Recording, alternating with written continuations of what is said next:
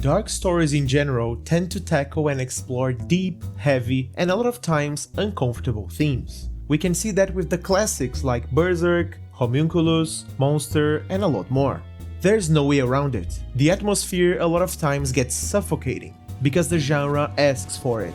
But even with the eminent exorbitant tension of a dark story, skilled authors can sneak in a flavor that makes everything better if used in the right proportion. I'm talking about the soul of human beings, the spice of life, the double-edged sword. I'm talking, of course, about comedy. Comedy is one of the most interesting elements of a story. It shows not only the skill of the author in playing with our expectations, but it helps to dictate the pacing of a manga. To describe it, I use the expression double-edged sword because to me, comedy can be a deal breaker. And don't get me wrong, I love comedy, but to use it in a dark story, you really need to know what you're doing.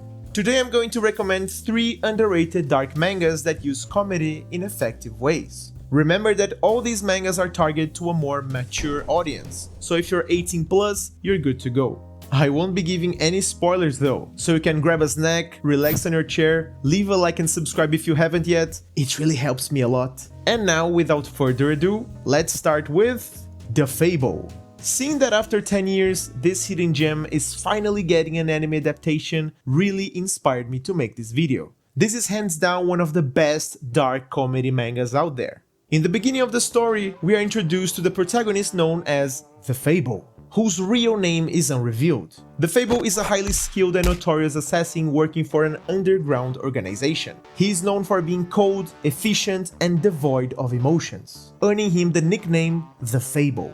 As thefable completes various assassination missions, it becomes evident that he is exceptional in his field, able to eliminate targets with precision without hesitation. Despite his success, he is just maybe too good of a killer. Maybe someone's don't like me, but because I'm too good, I don't know why.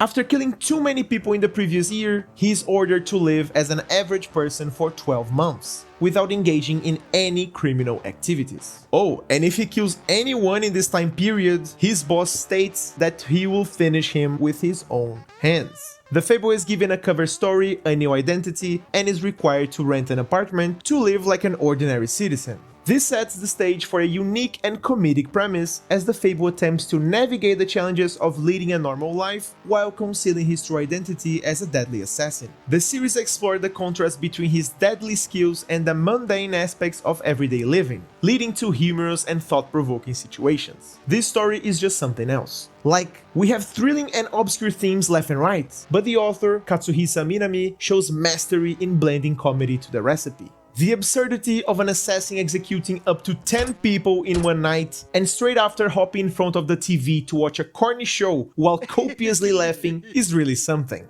The dichotomy of thefable is a rare one. He's not that classic, edgy, overpowered protagonist that is like a perfect hero. No. Thefable is a pretty weird dude actually, with quirks that are a lot of times funny and uncanny, but that expose how he can be such a killing machine. He's definitely not a normal guy, and to see the author explore that with sips of comedy really allows the story to breathe. Humor can prompt viewers to reflect on the darker aspects of life, and thefable really utilizes it to its full potential. The anime will premiere on April 7th, 2024, and you should definitely give it a shot.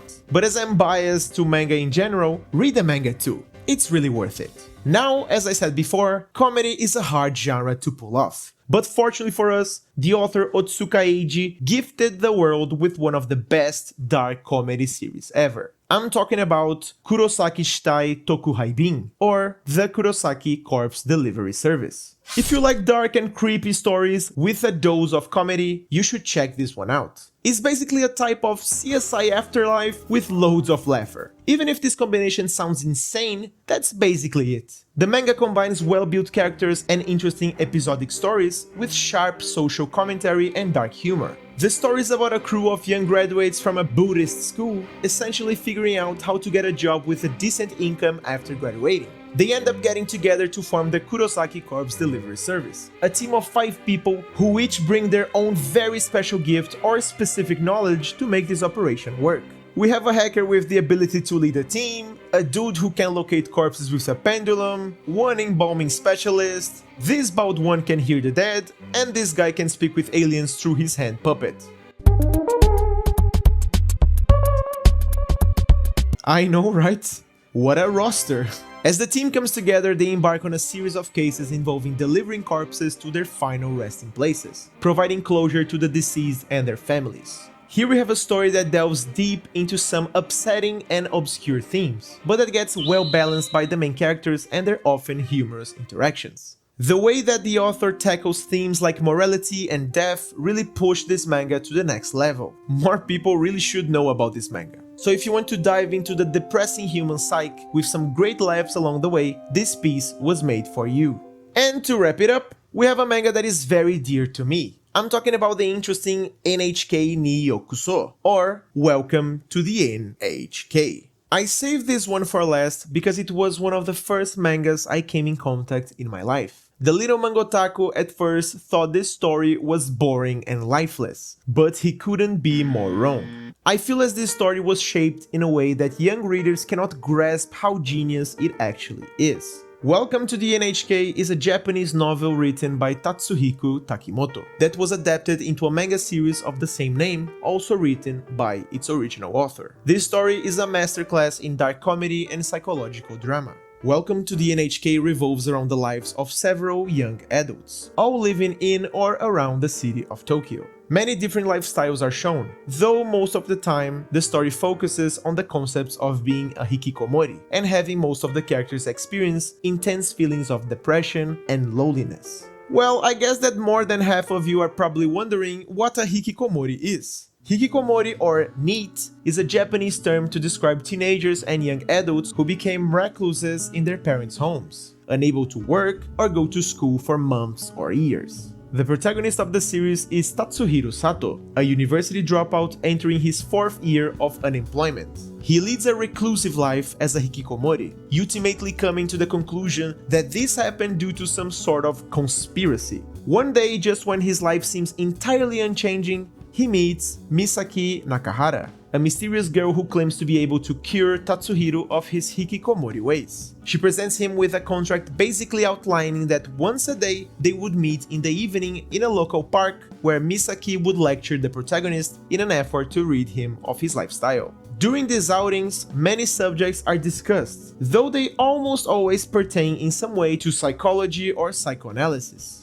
While it mainly deals with the issues of a shut-in lifestyle, it touches upon many other issues, dealing with an unfulfilling life, ambitions that never came true, how to face life, and many more in that line, all of which can be cooked down to one simple thing: reality kind of sucks. It's a harsh, often unforgiving place where you don't get anything on a silver platter. Happiness and success are both goals that lie far away in high-reaching places, and it's hard to get there. NHK manages to portray this bitter realization of reality with evocative storytelling and brilliant characters. Dealing with such heavy themes, of course, could become quite a lot if that was the sole focus of the series. Thankfully, its author had the sense and wits to insert some comedic relief, and actually at very appropriate moments. It manages to retain a slightly light-hearted tone without ruining the concept or deviating from the thematic, and that is a very big accomplishment. Not only that, but the comedy is consistently of high quality.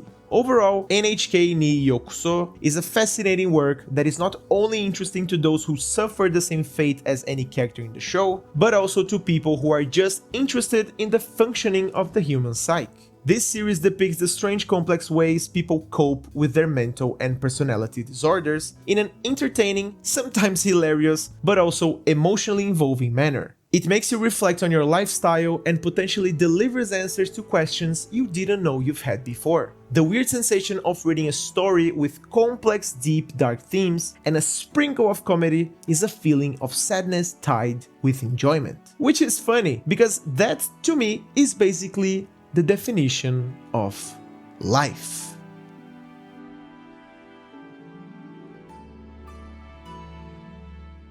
Holy moly, it really got us into a philosophical mood, right? But yeah, these pieces are amazing. Please check them out, you will learn a lot about yourself while having some good laughs. So thanks a lot for watching. If you enjoyed the video, leave a like and subscribe for more. Keep wondering, keep laughing, and keep reading manga.